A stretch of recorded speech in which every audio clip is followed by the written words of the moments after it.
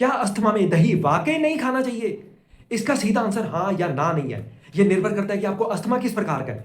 कुछ अस्थमा में आप सिंपल सादा दही खा सकते हैं, लेकिन कुछ अस्थमा में सादा दही मना किया जाता है। और अगर आप दही में कुछ मिला दे, मॉडिफाई कर दे, तो ये दही से भी ज़्यादा अच्छा बन जाता है।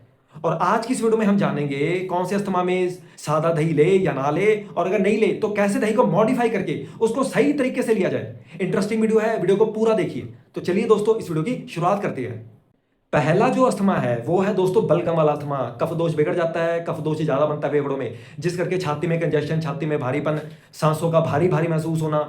जब भी खांसी आए तो बलगम आराम से निकल जाए, बलगम ज्यादा निकले। बलगम का जो रंग होता है सफेद रंग का होता है और ये ज्यादा चिपकता नहीं है। और जब आप सुबह पहले उठते हैं तो बलगम ज्यादा बनता है, जब निकल जाता है तो आपको आराम मिलता है। गर्म तासीर वाली, पचने में हल्की चीजें आपको अच्छी लगती है, लेकिन पचने में भारी चीजें, फैट वाली, घी तेल कार्ब्स वाली चीजें से आपके जो सिम्टम्स है वो बिगड़ जाती है। इसलिए आपको दही खाने के लिए मना किया जाता है, जो कि सही है। दही जो है वो कफ दोष को बिगाड़ता है। लेकिन अगर आप दही लें थोड़ी मात्रा में 100 ग्राम, उसमें 1 से 2 चुटकी काली मिर्च मिला दें, तो हमने दही की प्रॉपर्टी चेंज कर दी। अब ऐसा जो दही है थोड़ा पचने में हल्का हो गया, इसमें थोड़ा रूखापन भी आ गया, गर्मी भी आ गई। तो ऐसा दही आप ले सकते हैं। दिन के समय लीजिए, दोपहर का समय सबसे अच्छा है। खाना खाने से पहले ले, खाना खाने के साथ या फिर बाद में ना ले।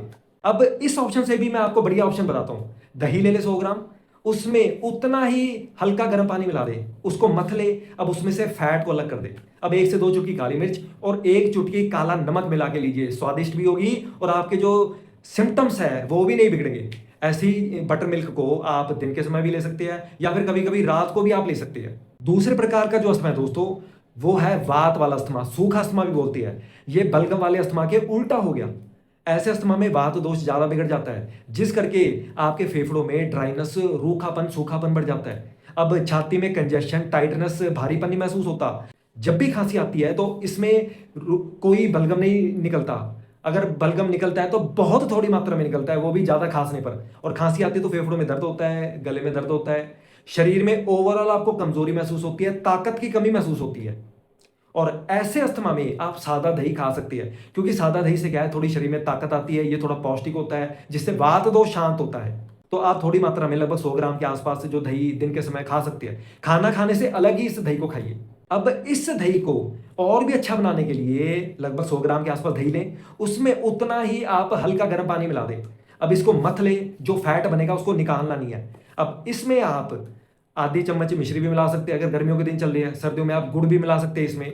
तीसरे प्रकार का जो अस्थमा है वो है दोस्तों, उसमें पित्त और कफ दोष दोनों बिगड़ जाते हैं। तो ऐसे अस्थमा में छाती में कंजेशन, भारीपन तो महसूस होगा क्योंकि कफ बढ़ा हुआ है, लेकिन छाती में आपको गर्माहट, थोड़ी सी बर्निंग सेंसेशन भी महसूस होगी, क्योंकि पित्त भी अब साथ में बढ़ गया है। तो ऐसे अस्थमा में जब खांसी आएगी तो या तो कफ ज्यादा निकलेगा, उसका रंग पीला होगा, ये थोड़ा चिपकेगा, या फिर अगर पित्त दोष ज्यादा बढ़ा हुआ है कफ के मुकाबले तो बलगम थोड़ा ही आएगा और वो थोड़ा ज्यादा चिपकेगा। ऐसे अस्थमा में गले में थोड़ी सी जलन महसूस हो सकती है, मुंह का स्वाद बिगड़ सकता है, इरिटेबिलिटी होना, थोड़ा चिड़चिड़ापन होना, शरीर में दिन के समय थोड़ी सी गर्मी महसूस होना, हाथ पैर का गर्म महसूस होना। लेकिन लेट रात को और सुबह पहले उठते ही शरीर का हल्का सा ठंडापन महसूस होना, और सुबह ही ज्यादा बलगम का बनना। अब ऐसे अस्थमा में दही ले सकते हैं। सिंपल सादा दही आपने नहीं लेना, क्योंकि जो सिंपल दही है वो पित्त और कफ दोष को बिगाड़ता है और इसकी तासीर भी गर्म होती है। तो ऐसा दही लेंगे आपके जो सिम्टम्स है वो बिगड़ जाएंगे। तो ऐसे में आपके लिए बकरी का दही सबसे बेस्ट रहेगा। उस दही को आप सिंपल सादे दही के रूप में ले सकते हैं, थोड़ी मात्रा में 100 ग्राम के आसपास दिन के समय, और उसको अकेला खाएं, खाना खाने से पहले ही खाएं। या फिर दूसरा ऑप्शन है जो कि ज्यादा बढ़िया है, आप ताजा फ्रेश ले लें, गाय का दही ले लें। उसमें अब आप 2 पार्ट गुनगुना पानी मिला दीजिए। अब उसको अच्छे से मथ लें, जो फैट बनेगा उसको निकाल दे और इसको अब पिए। ये बन गई आपकी छाछ, और जो छाछ होती है वो पित्त और कफ नाशक होती है, तो ये छाछ आपके लिए ज्यादा अच्छी है। चौथे प्रकार का जो अस्थमा है दोस्तों, उसमें वात और पित्त दोष दोनों बिगड़ जाते हैं। मतलब आपकी छाती में कोई भारीपन महसूस नहीं होगा, लेकिन हल्कापन महसूस होगा, खाली खाली आपके फेफड़े महसूस होंगे क्योंकि रूखापन बढ़ गया उसमें। साथ ही आपको छाती में गर्मी महसूस होगी क्योंकि पित्त भी बढ़ गया है।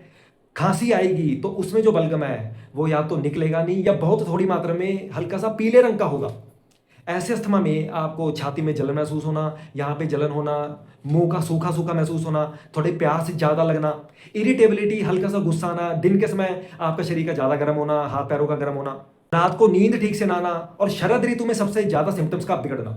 अब ऐसे अस्थमा में आप सादा दही ले सकते हैं, लेकिन थोड़ा-सा भैंस का दही या फिर बकरी का दही ज़्यादा फ़ायदेमंद होगा, क्योंकि ये जो दोनों दही है, ये पित्त दोष को भी शांत करते हैं। गाय का जो दही है, वो पित्त दोष को सादे रूप में शांत नहीं करता। अगर आपने गाय का दही लेना है, तो उसमें आपको फिर 1 चम्मच मिश्री मिलानी पड़ेगी। तो ऐसे आप फिर दही को ले सकते हैं।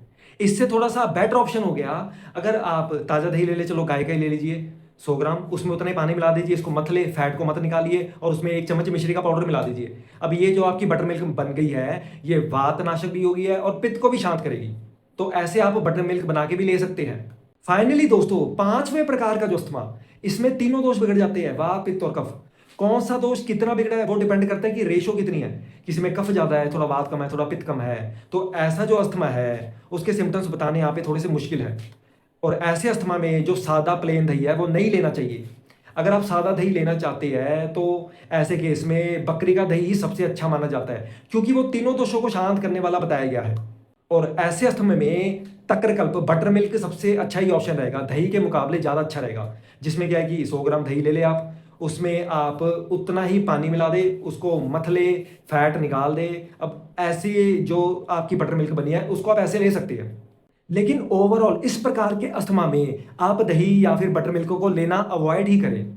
तो ये था दोस्तों आज की इस वीडियो में। मैंने आपको 5 तरह के अस्थमाओं के बारे में बता दिया। ये भी बता दिया कि कौन से अस्थमा में सादा दही ले सकते हैं या नहीं ले सकते। और अब आपके काफ़ी सारे जो डाउट्स हैं वो क्लियर भी हो गए होंगे। तो इस वीडियो को आप लाइक करें, शेयर करें, मेरे चैनल से भी जुड़े रहें। और आने वाले वीडियोस में हम इन अस्थमाओं के डाइट चार्ट के बारे में भी बात करेंगे, दूध को कैसे लेना उसके बारे में भी बात करेंगे।